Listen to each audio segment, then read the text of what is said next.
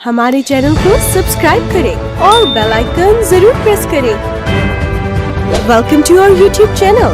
Don't forget to like, subscribe and share the videos. News track में आप तमाम लोगों का फिर से एक बार इस्तकबाल है और खैर मकदम है। मैं उम्मीद करता हूं कि आप तमाम लोग बखैरियत और आफियत से होंगे और हमेशा आप अपने सेहत का ख्याल रखें। आज के बुलेटिन में बहुत सारी खबरें हैं और मैं उम्मीद करता हूं कि आपको ये तमाम खबरें पसंद आएंगी। अब चलते हैं हेडलाइंस की तरफ। हमारे कौम की लड़कियां दूसरे कौम के लड़कों के साथ क्यों घूमना फिरना पसंद करती हैं? हमारे मासूम बच्चे स्कूल जाना क्यों नहीं चाहते? सबसे बड़ी खुशखबरी यह है, हरम शरीफ मक्का में 17 अक्टूबर से सोशल डिस्टेंसिंग को ख़त्म किया गया है। ईशा की नमाज बाकायदा अदा की गई। मजहबी त्योहारों का जश्न मनाने की इजाज़त किसे देना चाहिए और किसे देना नहीं चाहिए, एक बहुत बड़ा मसला दरपेश आया है। ग्लोबल हंगर इंडेक्स में हिंदुस्तान का नंबर 101 हो गया है। वर्ल्ड फूड डे के मौके पर बेलगाम के एक मशहूर ऑर्गेनाइजेशन डियरहुड, जिन्होंने गरीबों में मुफ्त खाना तकसीम करने का एहतमाम किया, विनोद दुबे बेलगाम में मौजूद थे। डीजल और पेट्रोल के प्राइसेस दिन ब दिन बढ़ते जा रहे हैं। ड्रीम गर्ल के बारे में भी बात करेंगे और आईपीएल में किसे कितनी रकम मिली इसका भी जिक्र किया जाएगा। आप देख रहे हैं। खुशखबरी ये है कि मक्का मुअज़्ज़मा में अब सोशल डिस्टेंसिंग नहीं होगा।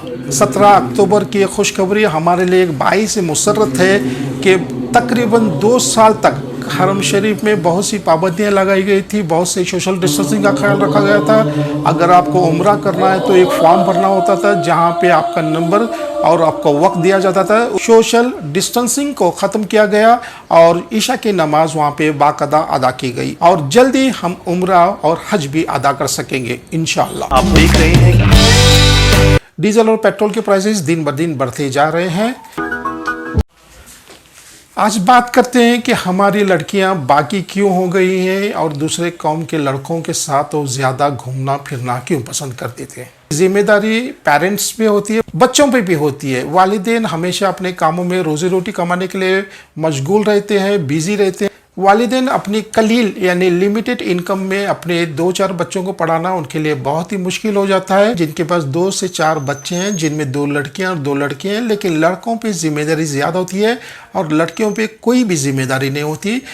लिमिटेड इनकम की वजह से वो अपने बच्चों को सही से तालीम दे नहीं पाते। लड़के भी अपने माँ बाप की मजबूरी को समझते हुए, जहाँ पे स्कूल की फ़ीस बहुत ज़्यादा होने की वजह से अपने स्कूल को खैराबाद करके एक छोटा सा पेशा इख्तियार करते हैं, जिसमें मोबाइल की दुकानें हैं और छोटे मोटे दुकानों में वो काम करके अपने घर का भी खर्चा चलाते हैं और अपने जवान होने वाली बहनों की शादी की भी उन्हें भी फिक्र लाक होती है। लड़कों की बनस्बत लड़कियों पे कोई जिम्मेदारी नहीं होती और लड़कियां माँ बाप की दुलारी होती हैं। यही वो मौका है जहाँ पे लड़कियां अपनी हदें पार कर देती हैं। लॉकडाउन हुआ है, स्कूलें बंद हो गई हैं, कॉलेजेस बंद हो गई हैं और तमाम लड़के लड़कियां ऑनलाइन क्लासेस में मौजूद हैं, जिनके हाथ में 24 घंटे मोबाइल होता है। इसके साथ साथ इन लड़कियों के राब्ते कई लड़कों से भी हो जाते हैं। इसकी वजह से वो बहक सी जाती हैं। जब ये लड़कियां अपने माँ बाप की हालत देखती हैं कि माँ बाप हमें तो गरीबी में पाल पोस के बड़ा किया है और हर लड़की चाहती है कि उसका होने वाला शोहर पैसे वाला हो, जिसे हर रोज़ घुमाएं फिराएं, उन्हें हर साल एक नया मोबाइल दें और उनका मोबाइल हमेशा रिचार्ज करते रहें। लेकिन हमारे लड़कों के पास इतने पैसे नहीं होते, इसलिए वो गैर मजहब के लड़कों के पीछे लग जाती हैं और अपने तमाम ख्वाहिशात को पूरा करने की कोशिश करते रहते हैं। वालिदैन को चाहिए कि अपने लड़कियों का खास कर ख्याल रखें और उनके कॉन्टैक्ट्स में कौन कौन से लड़के शामिल है, कौन कौन सी लड़कियाँ शामिल है, इस बात का भी ख्याल रखें तो बेहतर होगा। कर्नाटका की मिलने वाली रिपोर्ट के मुताबिक अभी तक 40,000 से ज़्यादा लड़कियां बागी हो चुकी हैं और दूसरे कौम के लड़कों के साथ उनके रिश्ते कायम हो चुके हैं। बहुत सी ने तो भी शादियां भी कर चुकी हैं। तो मसला हमारे सामने खड़ा हो गया है कि हम अपने लड़कियों को किस तरह से अपने काबू में रखें। कल ही मैंने एक शादी के फंक्शन में गया हुआ था, जहाँ पे कोई भी लड़की के सर पे न दुपट्टा था, पूरे मेकअप के साथ टहल रही थी, ना वो किसी का एहतराम कर रही थी, ना उन्हें कोई शर्म और हया महसूस हो रही थी।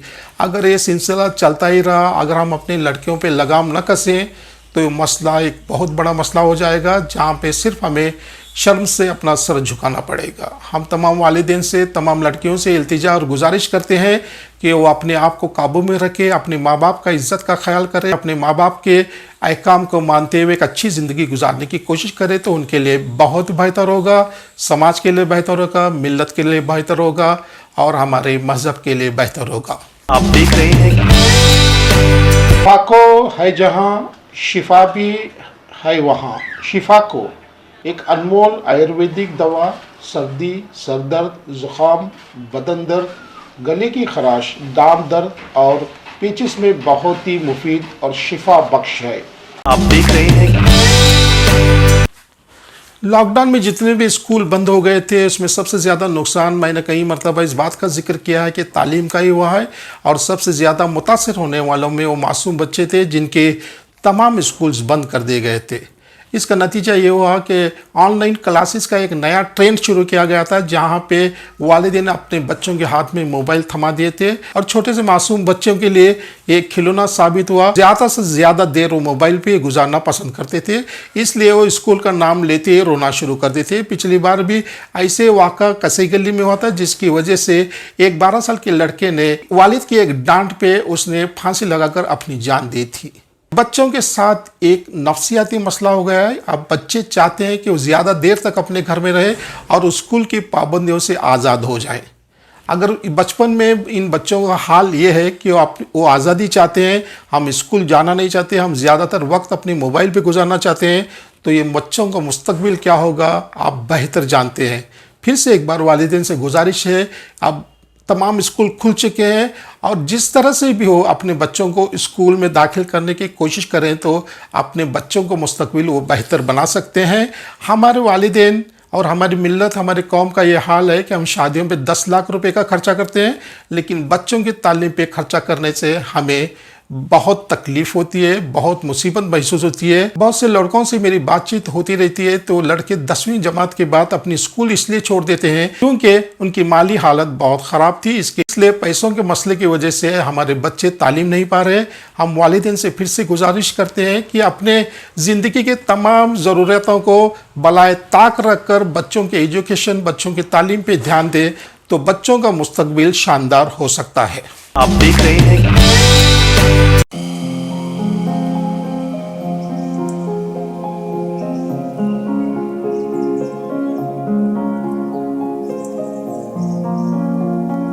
आप देख रहे हैं ग्लोबल हंगर इंडेक्स में भारत का नंबर 101 हो गया।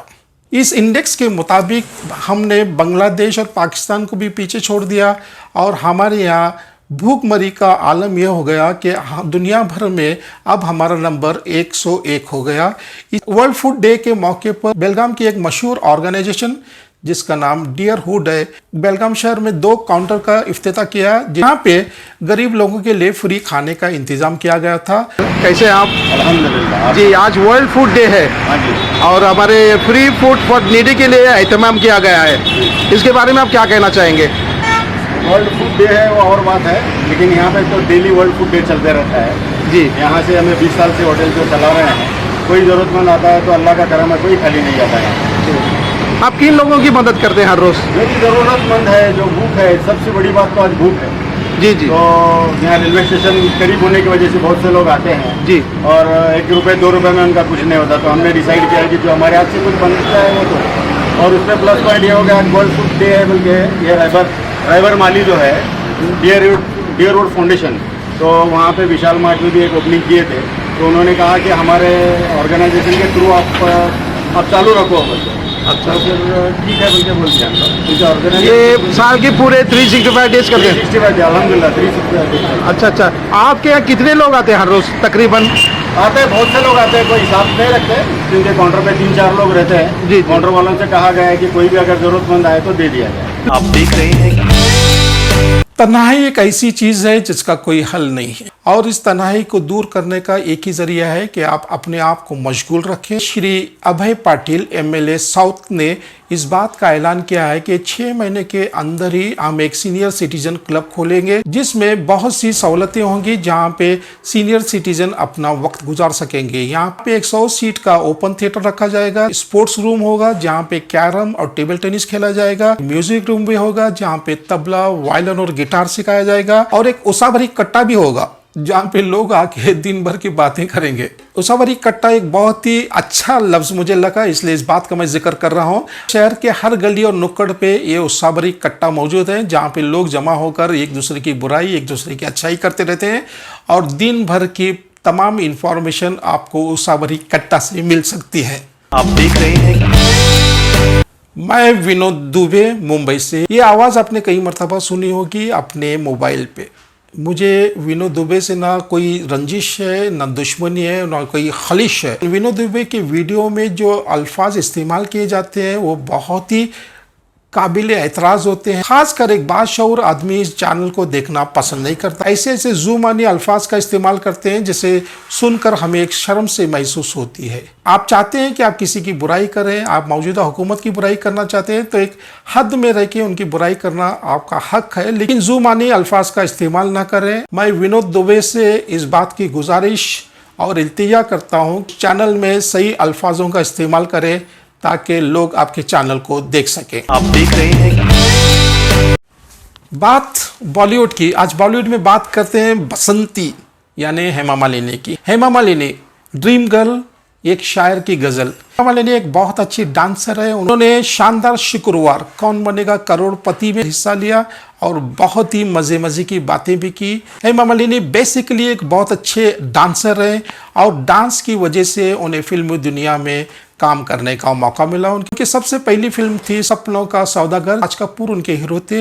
हेमा मालिनी फिल्मी दुनिया के तमाम बड़े हीरों के साथ काम कर चुकी है। दिलीप कुमार के साथ उन्होंने क्रांति में काम किया, देवानंद के साथ जॉनी मेरा नाम, अमीर गरीब और जाने मन में उन्होंने काम किया। राजेश खन्ना के साथ उन्होंने कई फिल्मों में काम किया, जिसमें कुदरत, प्रेम नगर और महबूबा काबिल जिक्र है। धर्मेंद्र के साथ उन्होंने 28 फिल्मों में काम किया। शुरू करते हैं जुगनू, शराफत छोड़ दी मैंने, राजा जानी और ऐसी कई फिल्में हैं जिसमें उन्होंने धर्मेंद्र के साथ एक शानदार जोड़ी बनाई। रमेश सिप्पी के साथ उन्होंने पहली बार अंदाज में काम किया, दूसरी मर्तबा उन्होंने सीता और गीता में काम किया। सीता और गीता राम और श्याम की कॉपी थी, जिसमें उन्होंने बहुत ही शानदार काम करके फिल्म फेयर का अवार्ड जीता।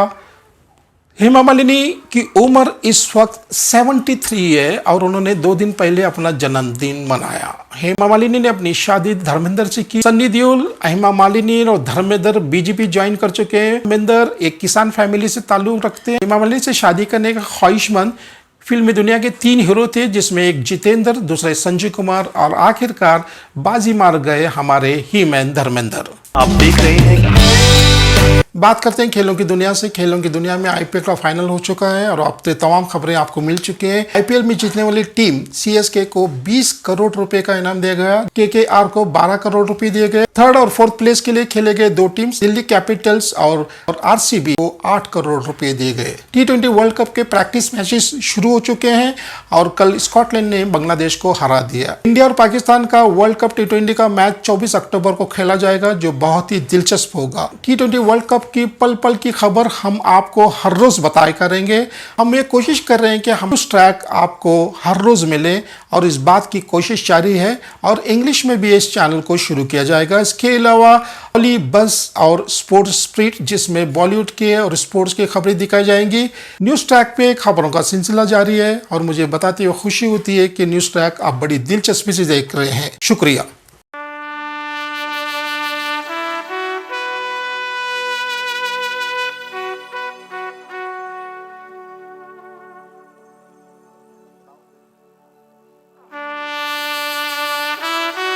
हमारे चैनल को सब्सक्राइब करें और बेल आइकन जरूर प्रेस करें। Welcome to our YouTube channel. Don't forget to like, subscribe and share the videos.